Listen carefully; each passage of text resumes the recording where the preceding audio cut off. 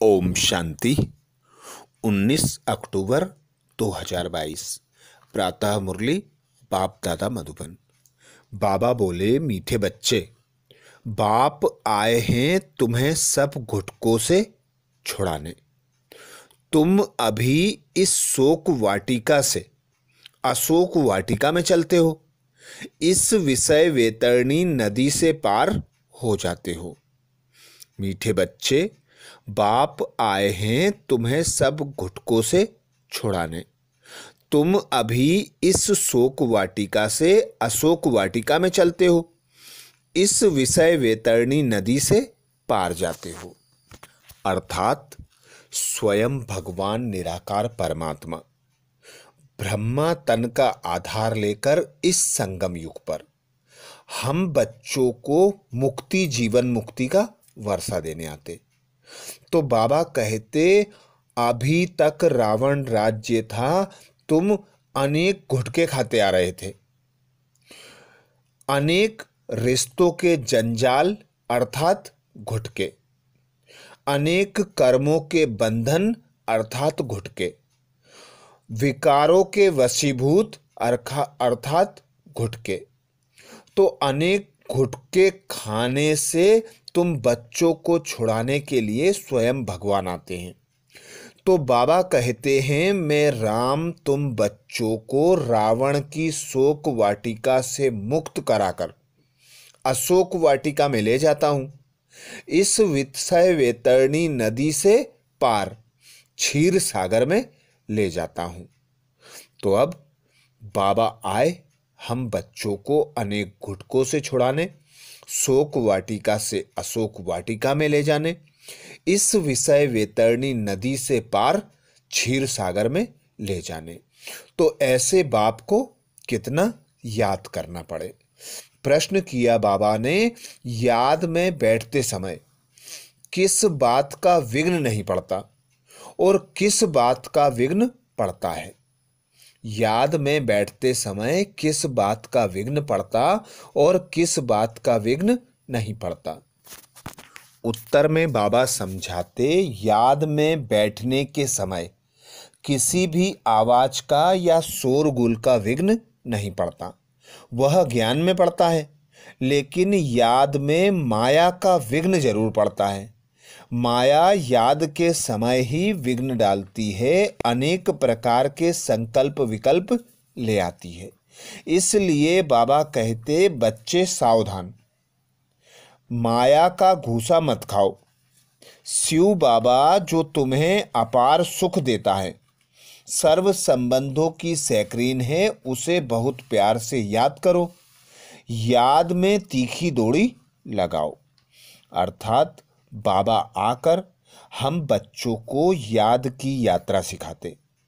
बाबा कहते, याद से ही तुम्हारे विकर्म विनाश होंगे और तुम पतित से पावन बन जाओगे, बाप के समान, बाप के साथ जाने लायक बन जाओगे।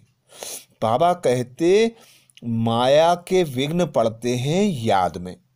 याद की ही मेहनत है, क्योंकि माया अनेक संकल्प विकल्प लाती है, अनेक रिश्तों में अनेक तरह से अपने मन बुद्धि को भटकाती है।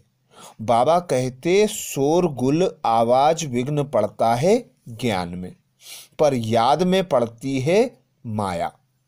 तो माया से जीत पाने के लिए उस बाप को जो सर्व संबंधों की सैकरीन है, बहुत प्यार से याद करने का अभ्यास करते रहना है। तो बाबा कहते, धीरे धीरे अवस्था पक्की हो जाएगी। गीत सुनाया बाबा ने, रात के राही रुक मत जाना, सुबह की मंजिल दूर नहीं। ओम शांति। मीठे मीठे बच्चे जो यात्रा पर हैं, वैसे जो बैठे हैं उनको यात्रा पर थोड़े ही कहा जाता है। यह यात्रा कैसी वंडरफुल है, शांति की यात्रा, शांति धाम जाने की यात्रा। रावण के राज्य में गुटखा खाकर मरना होता है। एक सत्यवान सावित्री की कहानी है ना, जो काल से भी सावित्री सत्यवान की आत्मा को वापस ले आई। वास्तव में ऐसी कोई बात है नहीं। बाकी आधा कल्प काल खाता है, अंत में घुटका आता है ना।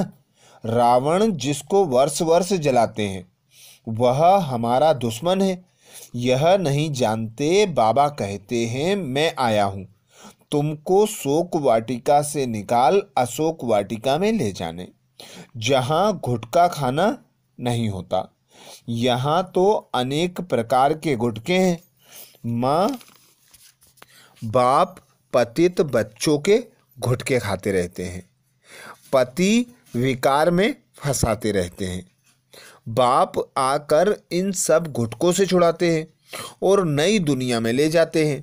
अभी आत्मा के पंख टूट गए हैं, आत्मा उड़ नहीं सकती, फिर याद की यात्रा नहीं कर सकते। बरोबर यह बुद्धि योग की यात्रा है। लिखा है ना, मन मना भव। इसका अर्थ कोई यात्रा थोड़े ही समझते हैं। कहते हैं राम ने बंदरों की सेना ली और बंदरों ने पुल बनाई। बंदर पुल कैसे बनाएंगे? यह तुम्हारी याद की यात्रा की पुल बन रही है, जिस पुल से तुम विषय वैतरणी नदी पार हो जाते हो। बाप इस नदी में तैरना सिखलाते हैं। खिवैया है ना, विषय वैतरणी नदी से पार कराए शिवालय में ले जाते हैं। कहते हैं अमृत छोड़ विष काहे को खाएं। तो ज्ञान को अमृत कहा जाता है।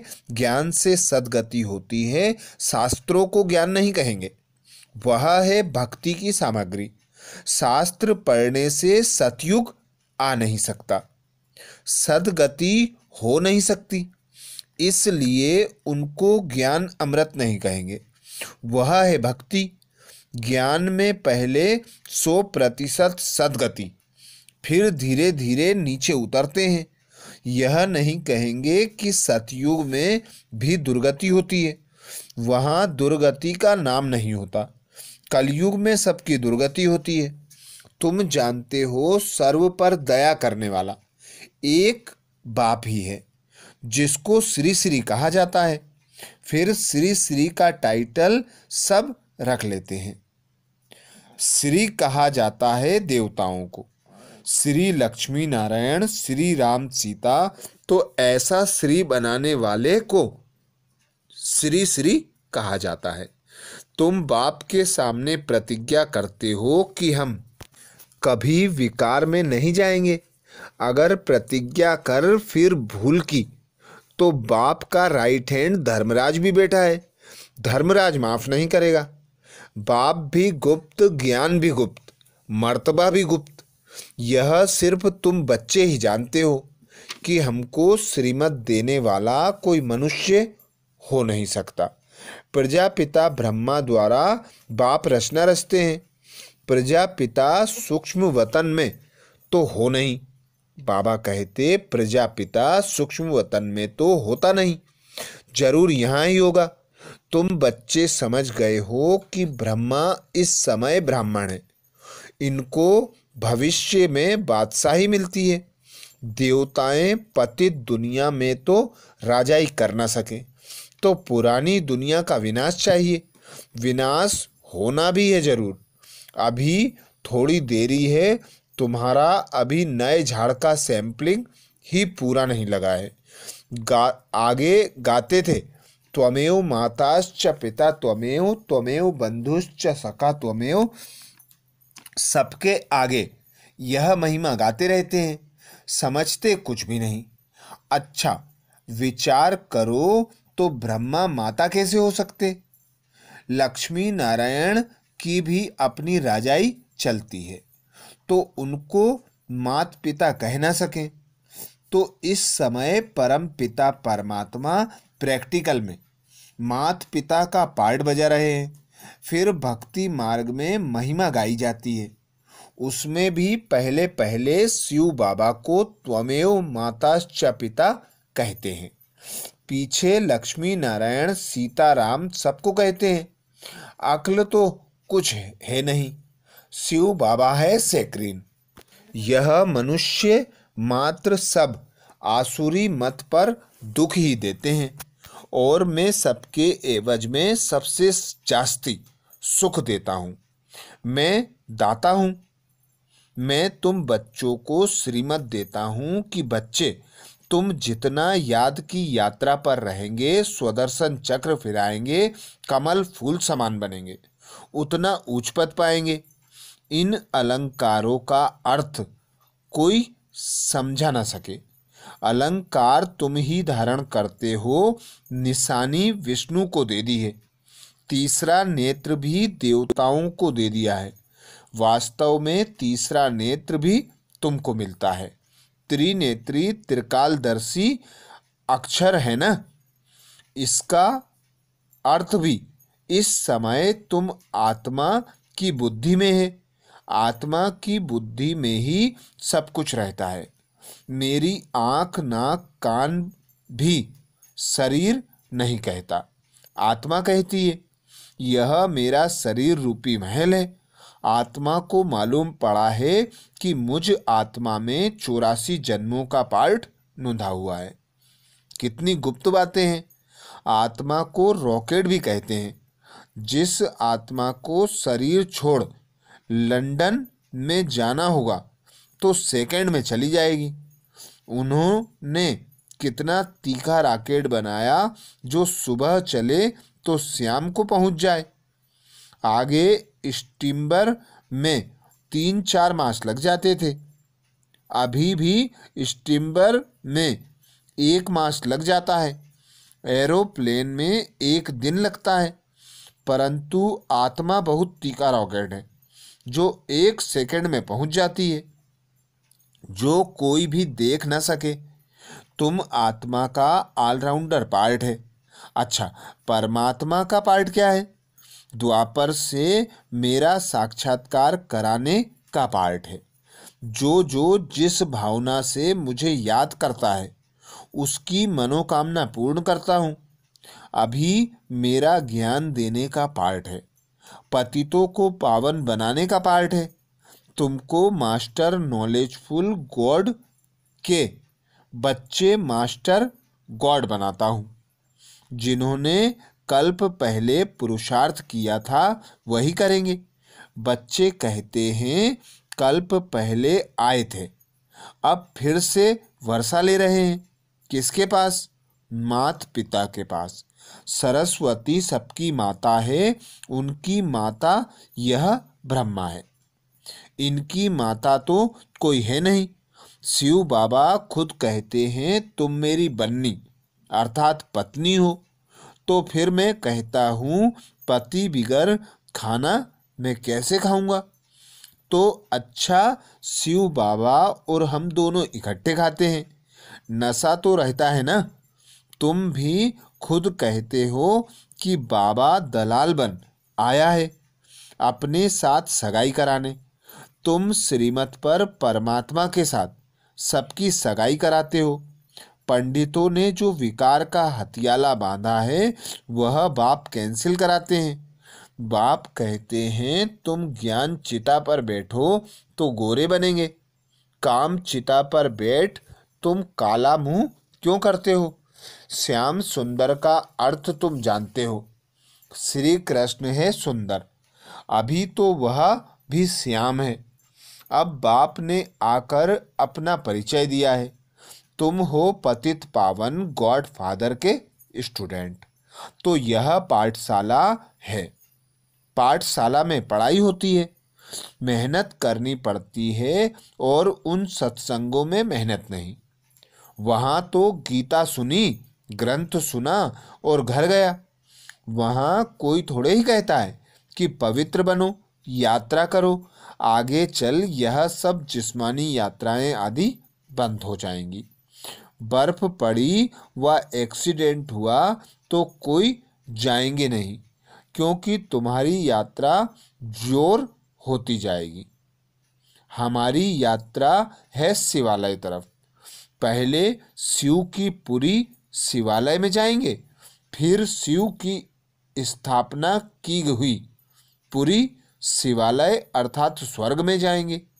शिवपुरी और विष्णुपुरी दोनों को शिवालय कहेंगे। क्योंकि मुक्ति जीवन मुक्ति दोनों शिव बाबा देते हैं। तो सतयुगी देवीय घराना शिव बाबा स्थापन करते हैं। अच्छा, याद में आवाज का विघ्न, बाबा कहते याद में आवाज का विघ्न पड़ नहीं सकता, ज्ञान सुनने में शोर का विघ्न पड़ेगा। मनुष्य तो कहते हैं शांति करो, नहीं तो याद में विघ्न पड़ेगा, परंतु योग में आवाज विघ्न नहीं डालता, विघ्न डालती है माया। बच्चों के साथ माया की युद्ध है। बच्चों को युद्ध के मैदान में हार नहीं खानी। बाबा कहते बच्चों को युद्ध के मैदान में हार नहीं खानी चाहिए। माया तो घूसा लगाती है। माया ने नाक पर घूसा लगाया तो यह गिरा, फिर खड़े हुए, फिर नाक पर लगाया तो यह गिरे। तो बाप कहते हैं यह माया काम क्रोध के घूसे मारती है, इससे तुम्हें बहुत बहुत सावधान रहना है, घूसे नहीं खाने हैं। अच्छा, मीठे मीठे सिकिलदे बच्चों प्रति माता पिता बाप दादा का याद प्यार और गुड मॉर्निंग। रूहानी बाप की रूहानी बच्चों को नमस्ते। हम सब रूहानी बच्चों की रूहानी माता पिता बाप दादा को याद प्यार गुड मॉर्निंग और नमस्ते। धारणा के लिए मुख्य सार में बाबा बोले, पहली पॉइंट, ज्ञान के सब अलंकारों को धारण कर स्वदर्शन चक्रधारी त्रिनेत्री त्रिकालदर्शी अर्थात मास्टर गॉड बनना है। ज्ञान के सब अलंकारों को धारण कर स्वदर्शन चक्रधारी त्रिनेत्री त्रिकालदर्शी अर्थात मास्टर गॉड बनना है। दूसरी पॉइंट बाबा कहते बाप के राइट हैंड धर्मराज को स्मृति में रख, कोई भी विकर्म नहीं करने हैं, पावन बनने की प्रतिज्ञा करके विकार में नहीं जाना है। बाप के राइट हैंड धर्मराज को स्मृति में रख, कोई भी विकर्म नहीं करने हैं, पावन बनने की प्रतिज्ञा करके विकार में नहीं जाना है। वरदान दिया बाबा ने। वरदान में बाबा कहते दृढ़ प्रतिज्ञा द्वारा अलबेलेपन के लूज स्क्रू को टाइट करने वाले तीव्र पुरुषार्थी भाव। दृढ़ प्रतिज्ञा द्वारा अलबेलेपन के लूज स्क्रू को टाइट करने वाले तीव्र पुरुषार्थी भाव। डिटेल में बाबा समझाते प्रतिज्ञा में लूज होने का मूल कारण है अलबेलापन। जैसे कितनी भी बड़ी मशीनरी हो, लेकिन एक छोटा सा स्क्रू लूज हो जाता है तो सारी मशीन को बेकार कर देता है। वैसे प्रतिज्ञा को पूरा करने के लिए प्लान बहुत अच्छे बनाते हो, पुरुषार्थ भी करते हो, लेकिन पुरुषार्थ हुआ प्लान कमजोर करने का स्क्रू एक ही है अलबेलापन। वह नए नए रूप में आता है, इसलिए लूज स्क्रू को टाइट करो। मुझे बाप समान बनना ही है, इसी दृढ़ संकल्प से तीव्र पुरुषार्थी बन जाएंगे। स्लोगन में बाबा कहते बेहद की वैराग्य वृत्ति ही समय की समीपता का फाउंडेशन है। बेहद की वैराग्य वृत्ति ही समय की समीपता का फाउंडेशन है। आज बाबा ने महावाक्य में मातेश्वरी जी के अनमोल महावाक्य रखे, जिसमें मातेश्वरी जी कहती अभी तो यह सारी दुनिया जानती है कि परमात्मा एक है। उस ही परमात्मा को कोई शक्ति मानते हैं, कोई कुदरत कहते हैं, मतलब तो कोई ना कोई रूप में जरूर मानते हैं। तो जिस वस्तु को मानते हैं अवश्य वह कोई वस्तु होगी, तब तो उनके ऊपर नाम पड़े हैं। परंतु उस एक वस्तु के बारे में इस दुनिया में जितने भी मनुष्य हैं उतनी मतें हैं, परंतु चीज फिर भी एक ही है। उसमें मुख्य 4 मतें सुनाते हैं। कोई कहता है ईश्वर सर्वत्र है, कोई कहता है ब्रह्म ही सर्वत्र है, कहते हैं सर्वत्र ब्रह्म ही ब्रह्म है। कोई कहता ईश्वर सत्यम माया मिथ्यम। कोई कहता ईश्वर है ही नहीं, कुदरत ही कुदरत है। वो फिर ईश्वर को नहीं मानते। अब यह है इतनी मतें। वो तो समझते हैं जगत प्रकृति है, बाकी कुछ है नहीं। अब देखो, जगत को मानते हैं, परंतु जिस परमात्मा ने जगत रचा उस जगत के मालिक को नहीं मानते। दुनिया में जितने अनेक मनुष्य हैं उन्हों की इतनी मतें हैं। आखिरीन भी इन सभी मतों का फैसला स्वयं परमात्मा आकर करता है। इस सारे जगत का निर्णय परमात्मा आकर करता है। अथवा जो सर्वोत्तम सर्वशक्तिवान होगा वही अपनी रचना का निर्णय विस्तार पूर्वक समझाएगा। वही हमें रचता का भी परिचय देते और फिर अपनी रचना का भी परिचय देते हैं। कई मनुष्य ऐसे प्रश्न पूछते हैं, हमको क्या सावती है कि हम आत्मा हैं? अब इस पर समझाया जाता है, जब हम कहते हैं अहम आत्मा उस परमात्मा की संतान है। अब यह है अपने आप से पूछने की बात। हम जो सारा दिन में मैं कहता रहता हूँ वो कौन सी पावर है? और फिर जिसको हम याद करते हैं वो हमारा कौन है? जब कोई को याद किया जाता है तो जरूर हम आत्माओं को उन्हों द्वारा कुछ चाहिए। हर समय उनकी याद रहने से ही हमको उस द्वारा प्राप्ति होती है। देखो, मनुष्य जो कुछ करता है जरूर मन में कोई ना कोई शुभ इच्छा अवश्य रहती है। कोई को सुख की, कोई को शांति की इच्छा है। तो जरूर जब इच्छा उत्पन्न होती है तो अवश्य कोई लेने वाला है, और जिस द्वारा वो इच्छा पूर्ण होती है वो अवश्य कोई देने वाला जरूर है। तभी तो उनको याद किया जाता है। अब इस राज को पूर्ण रीति समझना है। वह कौन है? यह बोलने वाली सत्ता मैं स्वयं आत्मा हूँ, जिसका आकार ज्योति बिंदु मिसल है।